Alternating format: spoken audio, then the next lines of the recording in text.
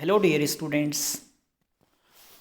Students आज का मेरा टॉपिक है estimation of sodium in blood and in urine. तो सबसे पहले हम जानेंगे इलेक्ट्रोलाइट्स के बारे में। इलेक्ट्रोलाइट्स क्या होते हैं और इनका हमारी बॉडी में मेन फंक्शन क्या होता है।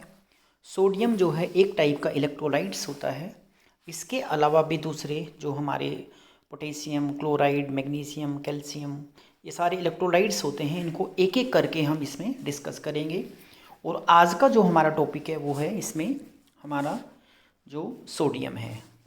मेन जो इलेक्ट्रोलाइट्स हैं हमारे जो बॉडी फ्लूइड्स में होते हैं उनके नाम यहाँ दिए हुए हैं और ये इनके फॉर्मूले हैं जिसके बेस पे हम इनको बोलते हैं। ये हमारा ऑब्जेक्टिव है कि इलेक्ट्रोलाइट्स क्या होते हैं, इसके ये इम्पोर्टेंट क्यों हैं हमारी बॉडी में, इनका मेन फंक्शन क्या होता है और हमारी बॉडी में कैसे रेगुलेट होते हैं, इसके लिए सैंपल कलेक्शन कैसे करते हैं, इनका एस्टिमेशन कैसे करते हैं और इसमें एरर्स जो होते हैं, कोई ऐसे यहाँ पे सब्सटेंस होते हैं जो सोडियम को अफेक्ट करते हैं या दूसरे इलेक्ट्रोलाइट्स को अफेक्ट करते हैं, और कुछ डिजीज़ होती हैं, पैथोलॉजिकल जो कंडीशंस होती हैं उनके बारे में बात करेंगे। किस डिजीज़ में इंक्रीज़ हो जाता है, किस डिजीज़ में डिक्रीज़ हो जाता है। तो इलेक्ट्रोलाइट्स जो है वो मिनरल्स, मेनली मिनरल्स में पाए जाते हैं, हमारी बॉडी में फ्लूइड्स में होते हैं। ये इलेक्ट्रिकल चार्जेस ले जाते हैं और हमारे हार्ट्स के लिए इसेंशियल होते हैं, नर्व के लिए और मसल्स के जो फंक्शंस होते हैं उनके लिए प्रॉपरली ये अवेलेबल होने चाहिए। ये जो है मेनली जो है इलेक्ट्रोलाइट्स हमारी बॉडी में कांस्टेंट होते हैं एकदम, और हमारी बॉडी के फंक्शन को ये मेंटेन रखते हैं, प्रिसाइज करते हैं। ये दो तरह से होते हैं, कैटायंस, एनायंस। कैटायंस वो होते हैं जो पॉजिटिवली चार्ज होते हैं इलेक्ट्रोलाइट्स, और एनायंस वो होते हैं जो नेगेटिवली चार्ज होते हैं। Cations is equal to anions जो है हमारे होमोस्टेसिस जो हमारी बॉडी में है, फ्लूइड को उसको मेंटेन करते हैं, उस कंपार्टमेंट को ये दोनों आपस में मिलके मेंटेन करते हैं। कुछ हमारे ये होते हैं ECF और को होते हैं ICF। कुछ हमारे फ्लूइड के अंदर होते हैं, कुछ फ्लूइड के बाहर होते हैं। कॉमनली मेजर जो इनकी रीडिंग है वो हम मिली इक्विवेलेंट पर लीटर में इसकी रिपोर्ट करते हैं। ये हमारे जो हैं यहाँ पे कैटायंस हैं, सोडियम, पोटेशियम, कैल्शियम और मैग्नीशियम, ये कैटायंस होते हैं। और एनाइंस में हमारे हैं क्लोराइड, बाइकार्बोनेट और फॉस्फोरस। ये इनके केमिकल नेम है और ये इनके जो नेम है साइड में वो लिखे हुए हैं। तो अब आज करेंगे हम सोडियम के बारे में पढ़ेंगे। सोडियम जो है उसको कैसे लेबोरेटरी में एस्टिमेट करते हैं, इंक्रीज होगा तो कौन सी प्रॉब्लम होगी, डिक्रीज होगा तो कौन सी प्रॉब्लम होगी, तो उसके बारे में हम आगे डिस्कस करेंगे। इंट्रोडक्शन मैंने पहले ही बताया था, जो हमारा सोडियम होता है ये मोस्ट प्रोबेबल जो है ECF में आता है। इसको बोलते हैं हम, जो हमारा सेल्स होता है उसके बाहर पाया जाता है, एक्स्ट्रा सेलुलर फ्लूइड के बाहर होता है, यानी कि जो बाहर होगा उसको ECF बोलेंगे और जो अंदर होगा उसके सेल के उसको ICF बोलेंगे। नॉर्मली हमारी बॉडी में 5000 मिली इक्विवेलेंट होता है पर लीटर एडल्ट में, और डेली रिक्वायरमेंट होती है हमारी 100 मिली इक्विवेलेंट। और नॉर्मल जो इंडिविजुअल हैं उसमें किडनी जो है वहाँ पे ये नॉर्मली वहाँ बैलेंस करती है सोडियम को, और इसका जो एक्सक्रीशन होता है थोड़ा बहुत हमारा वो होता है हमारी किडनी के अंदर में, यानी कि किडनी जो है सोडियम जो है इसको मेंटेन करके रखती है कि कितना हमारे ब्लड में ये होना चाहिए। इसका फंक्शन है जो हमारा मेंटेन करता है, जो बैलेंस है उसको extra fluid, extra cellular fluid में ECF बोलते हैं उसको हम, और जो कंट्रोल करती है हमारी वाटर के मूवमेंट को बिटवीन फ्लूइड और कंपार्टमेंट, यानी कि कंपार्टमेंट में कितना पानी अंदर रहेगा कितना बाहर रहेगा उसको मेंटेन करेगा। हमारे नर्व इम्पल्स को ट्रांसमिट करती है, और न्यूरोमस्कुलर जो है मायोकार्डियल इम्पल्स हैं उनको भी ट्रांसमिशन करती है, उनको ये कंट्रोल करती है। रेगुलेशन में हार्मोन्स इंक्रीजिंग सोडियम रीअब्जॉर्प्शन, यानी कि ये हमारे हार्मोन्स में इम्पोर्टेंट रोल प्ले करता है। जैसे रेनिन है, रेनिन जो है हमारी जो किडनी है उसके द्वारा जो वहाँ पे जेक्स्ट्रा ग्लोमेरुलर होता है वहाँ से सिक्रीट होता है, रिलीज होता है, और उसको रिलीज करने में ये हेल्प करता है, यानी कि जो वहाँ पे उसको रेज करेगा सिम्फेटिक टोन के द्वारा और प्लाज्मा वॉल्यूम के द्वारा और सर्टेन प्रोस्टेग्लैंडिस हार्मोन जिसको हम बोलते हैं PGE2। इसका कोई डायरेक्ट इफेक्ट नहीं होता है सोडियम का रिटेंशन करने के लिए, और ये कंट्रोल करता है रेनिन एंजियोस्टेरोन जो एल्डोस्टेरोन एक्सिस को जो है करता है, ये हमारी बॉडी में मेंटेन करता है रेनिन एंजियोटेंशन एल्डोस्टेरोन को। एंजियोटेंशन सेकंड इसके लेवल को राइज करेगा, रेनिन जिससे रिलीज होगा और टर्न बदल जाएगा वो दूसरे में एल्डोस्टेरोन में, और ये इंक्रीज करता है वहाँ पे जो हमारा ग्लोमेरुलो आर्टेरियल्स है उसको इंक्रीज करेगा।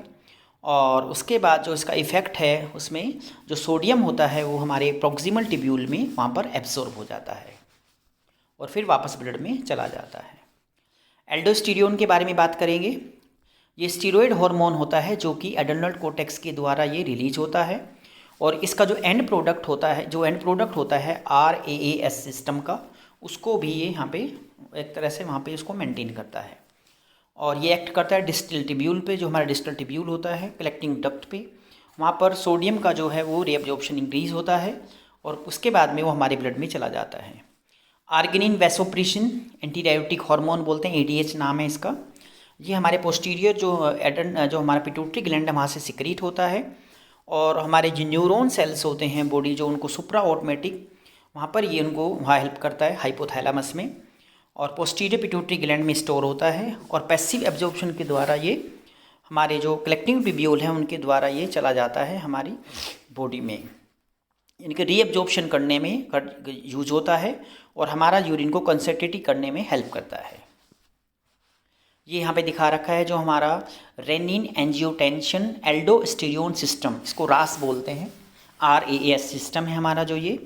इसमें एंजियोटेंशन जो है यहाँ पे अल्फ़ा 2 ग्लोबुलिन फ्रॉम लीवर से यहाँ पे आएगा इसमें, और आने के बाद में जो हम GA जो हमारा इसके द्वारा रेनिन बनता है, और उसके बाद एंजियोटेंशन फर्स्ट, और फिर इसके बाद ये जाके हमारे लंग्स में एंजियोटेंशन सेकंड बनता है।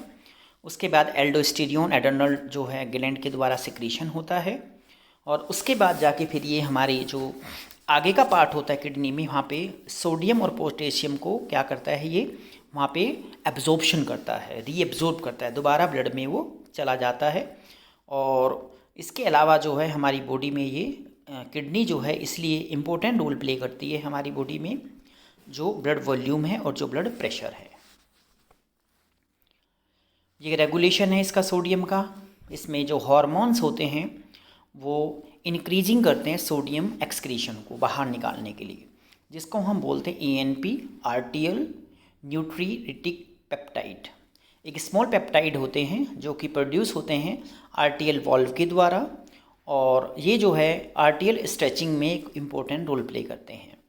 सोडियम की मात्रा जब इंक्रीज हो जाती है तो इसके बाद में फिर जो GFR है वहाँ पर पानी का निकलना बाहर शुरू हो जाता है, और सोडियम रीअब्जॉर्प्शन जो है वो ब्लॉक हो जाता है PCT में, ब्रेन न्यूट्रिटिक पेप्टाइड। ये सिक्रीट होता है हाइपोथैलेमस के द्वारा, और इसके बाद ये जो ब्रेन न्यूट्रिमेटिक पेप्टाइड है इसके अंदर ये इसको हम यूज़ करते हैं वहाँ पे, और इसका भी जो रोल है वो सिमिलर होता है जो मैंने फर्स्ट आर्टियल न्यूट्रिमेटिक पेप्टाइड में बताया है आपको। इसके बाद जो सोडियम का हमें टेस्ट करना है लेबोरेटरी में, उसके लिए हमें सैंपल कलेक्शन कैसे करना है। हमें वेनस ब्लड लेना है, जो जेल वैक्यूटेनर होते हैं गोल्डन कलर का, येलो कलर का, उसमें ब्लड हम लेंगे और ब्लड हमारा क्लोट हो जाएगा। उसके बाद हम सीरम को टेस्ट के लिए यूज़ करेंगे। यूरिन सैंपल लेंगे, 24 आवर्स का हम कलेक्शन करेंगे पेशेंट का, अगर हमें टेस्ट करना यूरिन में देखना है तो, और कोई प्रिजर्वेटिव हम उसमें ऐड नहीं करेंगे, और स्टोर करेंगे 2 to 8 डिग्री सेंटीग्रेड पे। इसके बाद हम एस्टिमेशन करेंगे यहाँ पे इसका टेस्ट का सोडियम का, जिसका मेथड का नाम है आयन सेलेक्टिव इलेक्ट्रोड, यानी कि इसमें मेन जो इलेक्ट्रोड होते हैं वो मशीन होती है, ऑटोमेटिक मशीन होती है, उसमें इसको हम टेस्ट करते हैं। ये हमारी आयन सेलेक्टिव इलेक्ट्रोड्स होते हैं। इसके अंदर जो है हम यहाँ पर सैंपल जो है उसको रिएजेंट के साथ मिक्स करके यहाँ पे इसको हम एस्पायरेट करते हैं, और उसके बाद जो हमारा रिज़ल्ट है वो इसमें जो यहाँ पे डिस्प्ले दिखा रखा है इसमें ये आ जाता है। ये हमारे यहाँ पे इलेक्ट्रोड दिखा रखे इसने, यहाँ पे ऊपर टाइम लगा हुआ है इसके अंदर में। और सबसे पहले जो है हमारा इसमें पोटेंशियोमीट्री जो हो डिटरमाइन करता है, अलग अलग तरह के होते हैं वहाँ पे, और वर्किंग इंडिकेटर होते हैं, इलेक्ट्रोड होते हैं जो लगे होते हैं। कैथोड जो है वर्किंग करता है वो हमारा इंडिकेटर इलेक्ट्रोड होता है, और जो एनोड है हमारा वो काउंटर होता है, वो रेफरेंस इलेक्ट्रोड के रूप में काम करता है। इंडिकेटर इलेक्ट्रोड क्या होता है, यानी कि जो इलेक्ट्रोड होता है वो रेस्पॉन्ड होता है हमारा जो भी हमारा रिपोर्ट्स हैं उनको वहाँ पे डिनोट करने में हेल्प करता है, और जो रेफरेंस हमारा इलेक्ट्रोड होता है वो सेकंड्स में, इसकी हमने कांस्टेंट पोटेंशियल होता है इसके अंदर में, और जो हमारा एल वोल्टेज होता है उन दोनों में इंडिकेटर और रेफरेंस जो इलेक्ट्रोड इन दोनों में डिफरेंस दिखाता है, यानी कि E cell is equal to E C minus E A. E C को हम बोलते हैं जो हमारा रिडक्शन पोटेंशियल करता है यानी कि कैथोड, और ई ए को बोलते हैं हम एनोड। ये हमारी मशीन है जो ऑलरेडी ये एकदम यूज होती है। इसमें यहाँ पर हम अपना सैंपल तैयार करके इसमें यहाँ पे एस्पायरेट करते हैं, और ये इंटरनल पार्ट है इसका, कैसे वहाँ पे यूज़ होता है। इसमें साइन होता है कि हमें सोडियम करना है टेस्ट, पोटेशियम करना है, या कैल्शियम करना है, या क्लोराइड करना है, वो टेस्ट इसमें इंडिकेशन होते हैं। उसके बेस पे हम ये आगे जो टेस्ट यहाँ पे परफॉर्म करते हैं। ये नॉर्मल वैल्यू है, बायोलॉजिकल रेफरेंस है। नॉर्मल जो सीरम में होना चाहिए sodium 135 to 145 milli equivalent per litre होना चाहिए, और यूरिन में होना चाहिए 40 to 220 milli equivalent per day, यानी कि एक दिन का हम यूरिन जो हमने कलेक्शन किया उसके हिसाब से जो है यूरिन में 40 टू 220 जो है मिली इक्विवेलेंट जो है इतना जो एक्सक्रीट होना चाहिए। और इसमें एक नोट बताया हुआ है कि रैंडमली जो है वो बेटर होता है Fe सोडियम जो हमारा आयरन सोडियम है, और उसको कैलकुलेशन करते हैं हम एनायंस गैप और ऑस्मोलिटी के रूप में। पैनिक वैल्यू होती हैं सीरम लेवल, यानी कि जो हमारा 160 से मोर देन और 120 से कम। ये जो पैनिक वैल्यू होती हैं इससे ज़्यादा नहीं होना चाहिए, और 120 से जो है मिली इक्विवेलेंट लीटर से कम नहीं होना चाहिए। ये कुछ हमारे यहाँ पे एरर्स हैं जो अफेक्ट करते हैं हमारे सोडियम रिजल्ट को। इसको बोलते हैं हम सूडो हाइपोनेट्रीमिया। सूडो का मतलब है झूठा, किसी गलती के कारण जो है हमारे वो जो सोडियम है वो उसकी मात्रा जो है कम हो जाएगी। सैंपल कलेक्शन में जो है आईवी साइट में हमने लिया है, सैंपल डाइल्यूट हो जाता है वहाँ पे हमारा हाइपोटोनिक सॉल्यूशन 5% एक्सोज के साथ में, और डाइल्यूशन होने के कारण जो है हमारी रिपोर्ट जो है वो ठीक से नहीं आती है। हाई प्लाज्मा ग्लूकोज लेवल, किसी का ग्लूकोज लेवल बहुत ज़्यादा है उसके कारण भी हमारी जो रिपोर्ट्स है वो चेंज हो जाती है। 400 मिलीग्राम से ज़्यादा ग्लूकोज है तो उसमें हमारा 2.4 जो है मिली ऑस्मोलिटी पर लीटर कर उसमें हमारा जो रिपोर्ट है वो एरर्स हो जाएगा उसमें। और करेक्टेड सोडियम जो है 0.016 into serum glucose -100 plus serum, ये करेक्शन करने का हमारा फॉर्मूला है। इंक्रीज विस्कोसिटी कैसे हो सकती है गाढ़ापन, ड्यू टू हाइपर प्रोटीनीमिया, प्रोटीन की मात्रा ज़्यादा है, हाइपरलिपिडीमिया उसको लिपिड की मात्रा ज़्यादा है, इनके कारण होने से वो वहाँ पर जो हमारा टेस्ट है उसमें प्रॉब्लम हो जाएगी, और हमारा सोडियम जो है उसकी कंसंट्रेशन जो है वो लो हो जाएगी, और रिपोर्ट हमारी वहाँ गलत आएगी। ये ऐसे जो हमारे कुछ अफेक्टिंग एरर्स हैं, जो कुछ ऐसे कंटेंट हैं जिनके कारण हमारी रिपोर्ट में चेंज आ जाएगा। इसके अलावा जो है सूडो हाइपर प्रोटीनीमिया, हाइपरनेट्रीमिया जो है हमारा उसमें IV site confirm by the major of the हमारा जो क्लोराइड है और पोटेशियम है उनके कारण भी हो सकता है। ड्रग्स हमने लिया है जैसे SSRI, सोडियम वेलपोरेट, ये जो हमारा वेलपोरेट जो मेडिसिन है इसके कारण जो है हमारी जो रिपोर्ट है वो वहाँ पे ठीक नहीं आएगी। ये जो है मैं यहाँ पे हाइपोनेट्रीमिया का एग्जांपल बताया है कि सोडियम लेवल अगर 130 मिली इक्विवेलेंट से जो कम है तो उसमें हो सकता है, ये वाला बता रखा है यहाँ पे कि लेस देन 280 मिली ऑस्मोलिक पर केजी। ट्रू हाइपोनेट्रीमिया हो सकता है यहाँ पे हाइपोवॉल्यूमिक, यूमोलिक और हाइपर वॉल्यूमिक, और ये जिससे ज़्यादा होगा तो वहाँ पे जो 280 ऑस्मोलिक से ज़्यादा होगा तो इसके बदलाव यहाँ पे कोई सूडो हाइपोनेट्रीमिया हो सकता है। कोजेस उसके बता रखे हैं यहाँ पे, उसमें इन्वेस्टिगेशन करेंगे यहाँ पे, जैसे पैराप्रोटीनीमिया यानी कि serum protein electrophoresis, hyperlipidaemia cholesterol OTG हो सकता है, और हाइपरग्लाइसीमिया ग्लूकोज हो सकता है, यानी कि ग्लूकोज ज़्यादा होने के कारण रिपोर्ट में चेंज आ जाता है। ये हाइपोनेट्रीमिया है, हाइपोनेट्रीमिया सोडियम जो हाइपोवॉल्यूमिक के कारण हो सकता है। इसमें जो टोटल बॉडी वाटर है वो डिक्रीज हो जाता है हमारी बॉडी में, उसके कारण ऐसा हो जाता है ये। इसमें हम मेजर करेंगे यूरिनरी सोडियम को लेस देन 20, मोर देन 20 और लेस देन 20 में देखेंगे यहाँ पे हम। जैसे रीनल कॉजेज हो सकता है डाययूरेटिक्स, सॉल्ट आयोनाइजिंग नेप्रोपैथी और मिनरलोकॉर्टिकॉइड्स डिफिशिएंसी, ऑस्मोटिक डाययूरेसिस। और इसके अलावा वहाँ पे जो लेस देन 20 मिलीग्राम पर लीटर हो सकता है। एक्सटर्नल जो हो सकता है कॉजेज वोमिटिंग, डायरिया, और थर्ड स्पेसिंग ऑफ फ्लूइड और बर्न, इनके कारण जो है ये हो सकता है।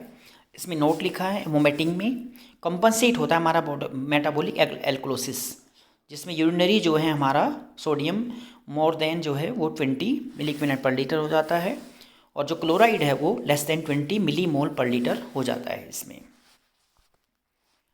ये हमारा हाइपोनेट्रीमिया है। इसमें सोडियम जो है ई वॉल्यूमिक के बारे में बता रखा है, ई वॉल्यूमिक हाइपोनेट्रीमिया। इसमें टोटल बॉडी वेट जो है वो बढ़ जाता है, और टोटल बॉडी सोडियम में कोई इसमें चेंज नहीं होता है। और यूरिनरी सोडियम जो है वो मोर देन 20 मिलीग्राम पर लीटर, और यूरिनरी ऑस्मोलिटी जो है वो मोर देन 100 मिलीमोल पर जी हो जाता है इसमें। कॉजेज ग्लूकोकॉर्टिकॉइड डिफिशिएंसी और SIADH जो उसमें हार्मोन होता है, हाइपोथायरॉयडिज्म और ड्रग्स के कारण ये हो जाता है, दवाई लेने के कारण हो जाता है। हाइपोनेट्रीमिया जो है ये हाइपर वॉल्यूमिक हाइपोनेट्रीमिया, इसमें बॉडी वेट जो है ज़्यादा हो जाता है, इसमें टोटल बॉडी इंक्रीज हो जाता है हमारा सोडियम। और इसमें मेजर करते हैं urinary sodium more than 20 milligram पर लीटर और लेस देन 20 मिलीग्राम पर लीटर। रीनल कॉजेज इसमें AKI और CKD, इसमें हो सकता है सिरोसिस और कार्डियक फेलियर में ये जो इसकी मात्रा 20 से भी कम हो जाती है। ये हाइपर नेट्रीमिया है, ज़्यादा होने के कारण क्या होते हैं, मोर देन 145 मिलीग्राम पर लीटर। इसमें हाइपोवॉल्यूमिया, जो टोटल बॉडी वेट वाटर जो हमारा है वो कम हो जाता है, टोटल बॉडी सोडियम कम हो जाता है। Renal losses, external loss, renal losses, external loss, ये सारे इसमें डिजीज़ के बारे में बताया हुआ है। हाइपोवॉल्यूमिया, सोडियम गेन प्राइमरी, और ये सारी कुसिंग डिजीज़, हाइपोटोनिक, ये सारी की सारी जो हाइपोटोनिक डिजीज़ हैं इनके बारे में सारा यहाँ पे इसमें बताया हुआ है। ये हमारा एक ग्राफ है जिसमें समरी है। नेट्रेमिक डिसऑर्डर बोलते हैं इसको, नेट्रेमिक डिसऑर्डर, हाइपोनेट्रीमिया और हाइपरनेट्रीमिया। हाइपो का मतलब कम होना जाना सोडियम का, और हाइपर का मतलब उसमें ज़्यादा हो जाना उसका। तो ये इसमें डायग्रामेटिक यहाँ पर इसको बताया हुआ है। थैंक यू बच्चों। आज जो हमने बताया आपको सोडियम के बारे में बताया है। सोडियम एक तरह का जो हाँ इलेक्ट्रोलाइट्स होता है हमारी बॉडी में, जो ECF में आता है, एक्स्ट्रा जो हमारा सेलुलर फोर्स होता है, और हमारी बॉडी में ये वाटर को मेंटेन करने में और इसके अलावा हार्मोन्स वगैरह इन सब को मेंटेन करने में यूजफुल होता है। थैंक यू बच्चों। ये इस टॉपिक को हमने कवर कर दिया है।